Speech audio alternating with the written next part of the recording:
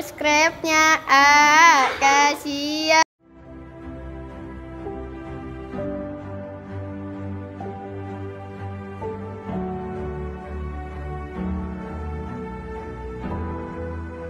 Teman-teman sekalian, hari ini kami dengan Komisi 2 dipimpin oleh Ketua Komisi 2 membahas penajaman terkait nasib honorer yang 2,3 juta. Dan hari ini ada pendalaman dan pengawalan dari Komisi 2 yang luar biasa untuk kami supaya on the track sebagaimana kesepakatan. Terus mengawal sebagaimana komitmen DPR dengan pemerintah, kita terus memperjuangkan nasib Bapak Ibu tenaga honorer, dan alhamdulillah sekarang sudah mendapatkan progres yang luar biasa. Intinya tidak lagi ada tenaga honorer yang diberhentikan, di PHK-kan, yang diturunkan pendapatannya, dan terus kemudian selama tidak mengganggu anggaran.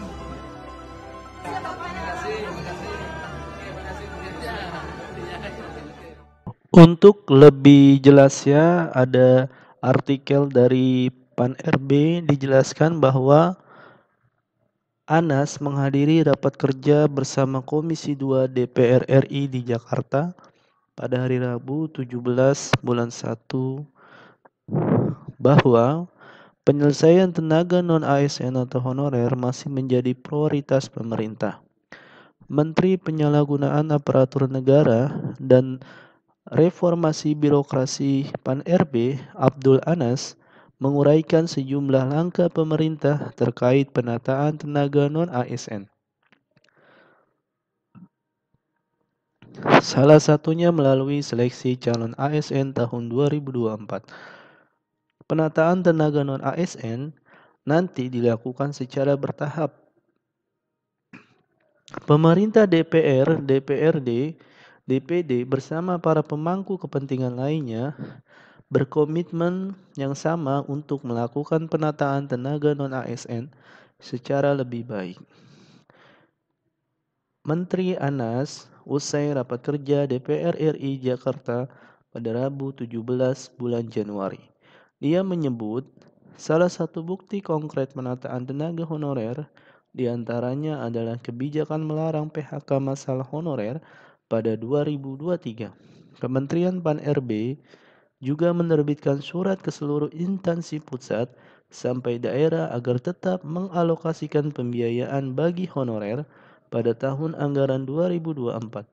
Kebijakan penataan honorer akan terus dilakukan nantinya sesuai arahan Presiden Jokowi, salah satunya melalui jalur rekrutmen sehingga para honorer diangkat menjadi ASN secara bertahap.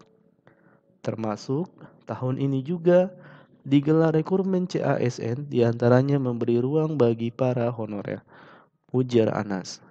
Seleksi calon ASN tahun 2024 dibuka pada calon pegawai negeri sipil CPNS dan pegawai pemerintah perjanjian kerja P3K dengan jumlah total mencapai sekitar 2,3 juta ASN.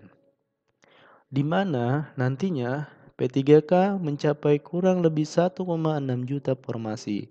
Dengan seleksi P3K, pemerintah melakukan penataan tenaga non-ASN di instansi pemerintah. Seleksi P3K menjadi fokus utama pemerintah untuk melakukan penataan pegawai non-ASN di instansi pemerintahan.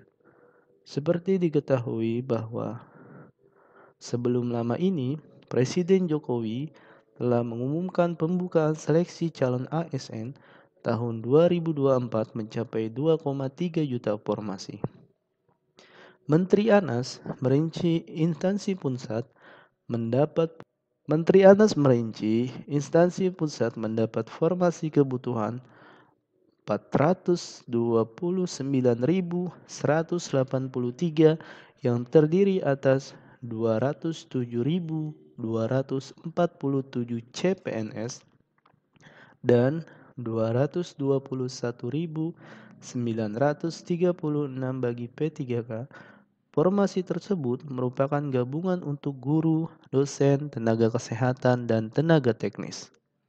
Adapun formasi instansi daerah sebesar 1.867.333 yang terdiri atas 483.575 CPNS dan 1.383.758 P3K. Formasi P3K di instansi daerah dialokasikan nantinya untuk guru sebanyak 419.146, tenaga kesehatan sebesar 417.196, serta 500.047.416 formasi untuk tenaga teknis.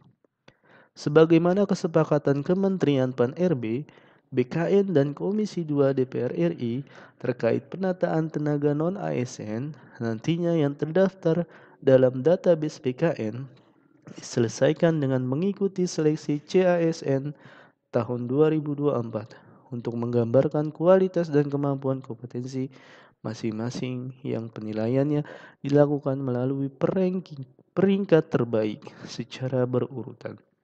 Kemudian akan ditetapkan menjadi P3K penuh waktu sesuai kemampuan keuangan dan instansi pemerintah masing-masing. Sedangkan bagi instansi pemerintah yang belum memiliki kemampuan keuangan, tenaga non-ASN diangkat menjadi P3K paruh waktu yang secara bertahap diangkat menjadi P3K penuh waktu sesuai dengan kebutuhan dan kemampuan keuangan masing-masing. Instansi pemerintah prinsipnya nanti telah disepakati bersama bahwa tidak terjadi pengurangan penghasilan, tidak terjadi PHK massal, dan tidak terjadi penambahan beban anggaran. Demikian informasi tentang pengangkatan P3K, pengangkatan non-ASN menjadi ASN di tahun 2024. Sampai jumpa di video-video berikutnya. Terima kasih. Wassalamualaikum warahmatullahi wabarakatuh.